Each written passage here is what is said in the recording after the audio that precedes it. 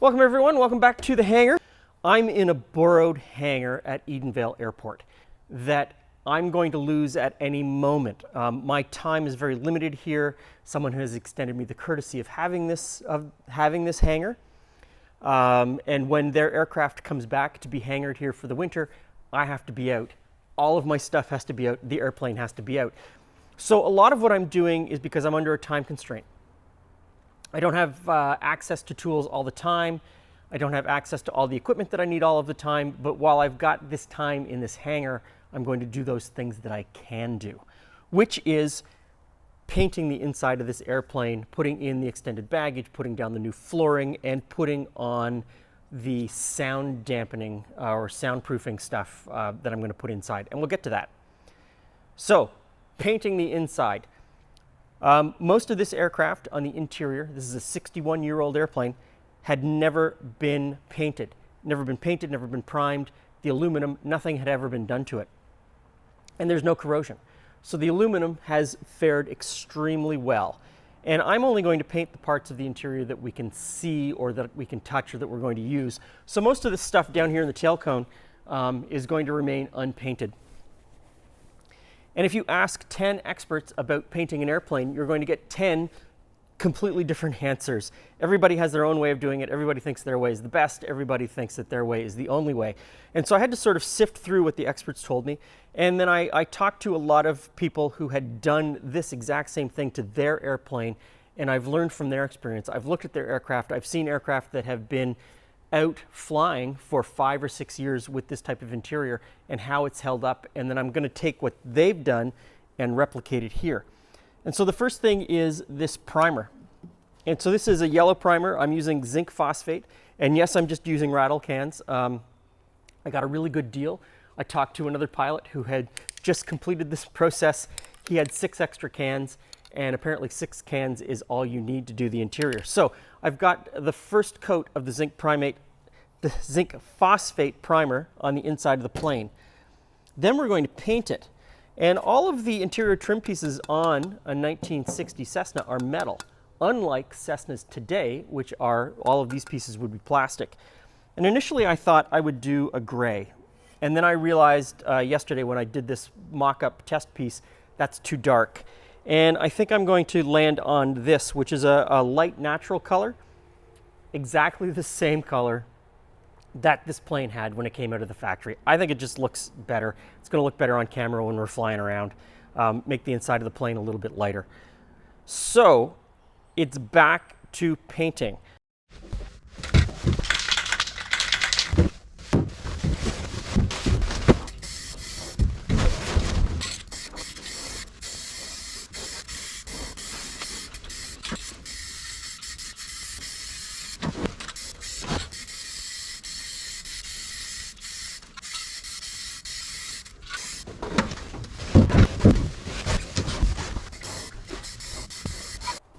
So the first couple of coats of color are on the interior panels of the airplane.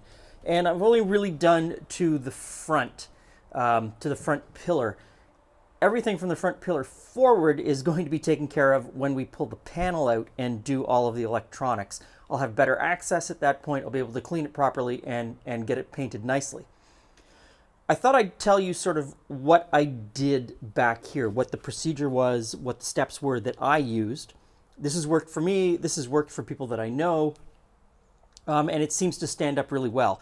So in the episode where I took out the interior, I cleaned it all with toluene, and that was in order to get the black pitch off that was sort of smeared in the middle of each panel. Got that off, got it all cleaned up, and then I moved on to this product. This is called Eco Clean. It's a heavy-duty cleaner degreaser. You mix it with water, put it in a spray bottle, sprayed it everywhere, scrubbed it with a cloth, and then rinsed it really well, and then repeat. I did it 2 times to make sure that I got all of the grease and grime or whatever was left on the aluminum panels off. I think, as I mentioned at the beginning, none of this area except for the spar here and this spar at the front had any sort of treatment done to it all, at all. The spars were primed with a green primer.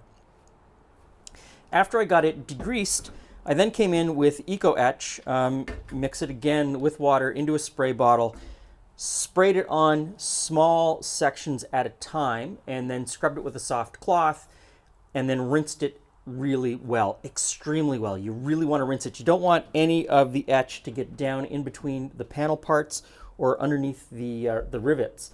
You don't want it to dry in there. It's just going to cause problems down the line. So a really good rinse got it completely cleaned.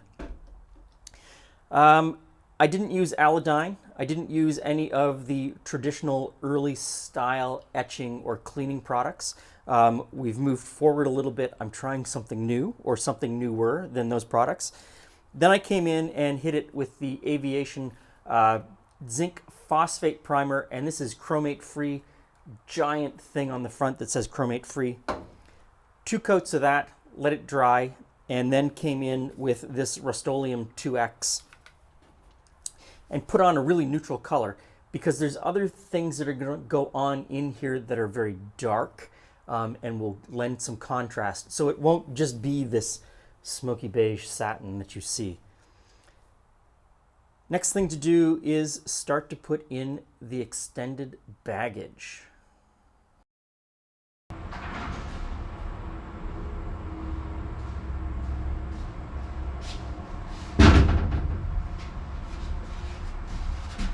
So this is the floor for the extended baggage kit, and it's something that I bought from Selkirk Aviation. This is an STC part. You have to have the piece of paper that says that you can install it in this aircraft, and it is something that I have to do under the supervision of my AME, Chris.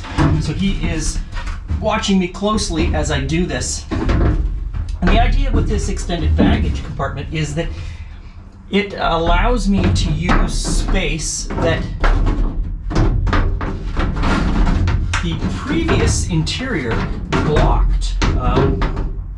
Let's see. It's a little bit like a puzzle. Okay, there we go. So the previous interior went to this point right here, this point. And this was all blocked off. It's tail cone. This extended baggage allows me to use just this extra little bit. It can only hold 50 pounds, which isn't a whole lot. And that 50 pounds that goes in here comes out of the 125 pounds in my regular baggage compartment. But it's great in that it lengthens the amount of space I have inside the cabin, and I'll be able to put our snowboards back here. So that's going to be really great. Now, I have to drill some holes and put in some nut plates. Let's see. Let's get this set up correctly. And so I've marked a spot to drill the hole, and I drill through the fiberglass and through the bulkhead.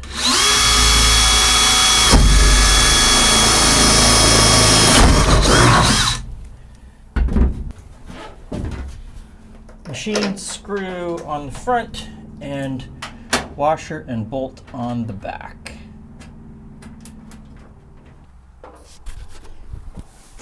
Now this upright piece, I had to trim about 1/4 inch off all the way around the edge and put in some notches to allow for the places where the wires come through the bulkhead. And that's not a problem. I imagine creating a fiberglass bulkhead cover for a hand-built 61-year-old aircraft and making it fit is a Herculean task. So it's not a big deal that I had to take a little bit off. Took a Dremel around the outside, really easy. So, in it goes, just like that.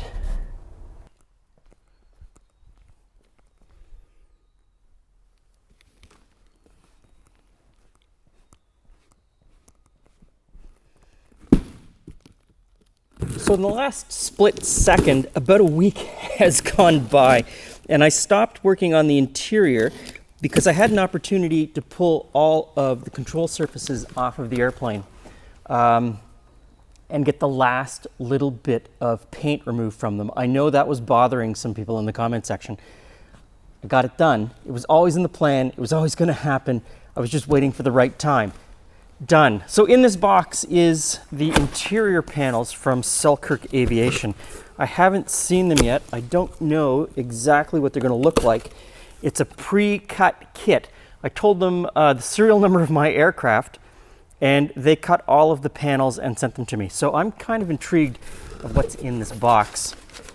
It's been sitting in the corner of the hangar for a few days, calling me, but I've resisted the urge. Let's figure this out. So I've got all the pieces laid out on the floor here, and they sent some paperwork. All the pieces are numbered, except for these pieces, which are scrap, which is great that I get some scrap so that I can kind of play with a little bit before I start the install. All of the pieces are numbered, and on these pieces of paper that they put inside, it shows where those numbers go. The problem is, the numbers on this guide only go up to number 9, but the numbers on the floor go up to number 20.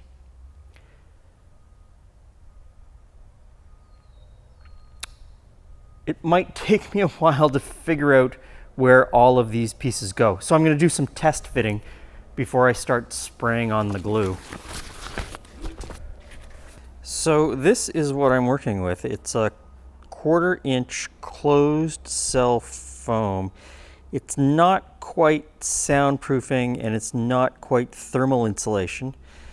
It's just enough to dampen a little bit and protect the paint on the inside and give a little bit of a contrasting color. Now, figuring out where everything goes has been pretty easy. The parts are fairly self-explanatory. The shapes only fit in one place in the airplane.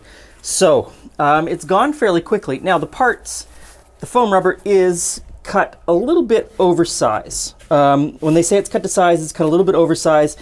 And I've taken it with just a X-Acto knife and trimmed it just a little bit around the edges because I want a little bit more of the paint and the bodywork to show through. I don't want the interior to be too dark. I still want a little bit of lightness inside the airplane when I'm flying. So this piece is cut to size now, and I'm just going to put some double-sided sticky tape and put it on. You're supposed to use a spray-on contact cement. I would suggest you follow their directions and use a spray-on contact cement. I chose to use carpet tape because I scraped so much contact cement out of the inside of this airplane. I thought I was going to do the next person a favor. So if 20 years from now you're watching this video and you're wondering how to get these foam rubber panels off the inside, just carpet tape. It'll come off real easy. Now, I have pretty much finished all I can do with the interior at this point. One of the really super frustrating things about a project this big is that you reach a point in one part of the project that you can't go any farther because it'll interfere with the next part of the project. And that's the point that I've reached. I can't put all of the foam rubber pieces in, especially here on the ceiling, because we're going to move on to the panel next. And in order to do the panel, we are going to be putting in some new antennas, both GPS antennas and radio antennas. We're going to be putting in temperature probes and all of that sort of thing. So I need access to the ceiling in certain points so that we can put those in.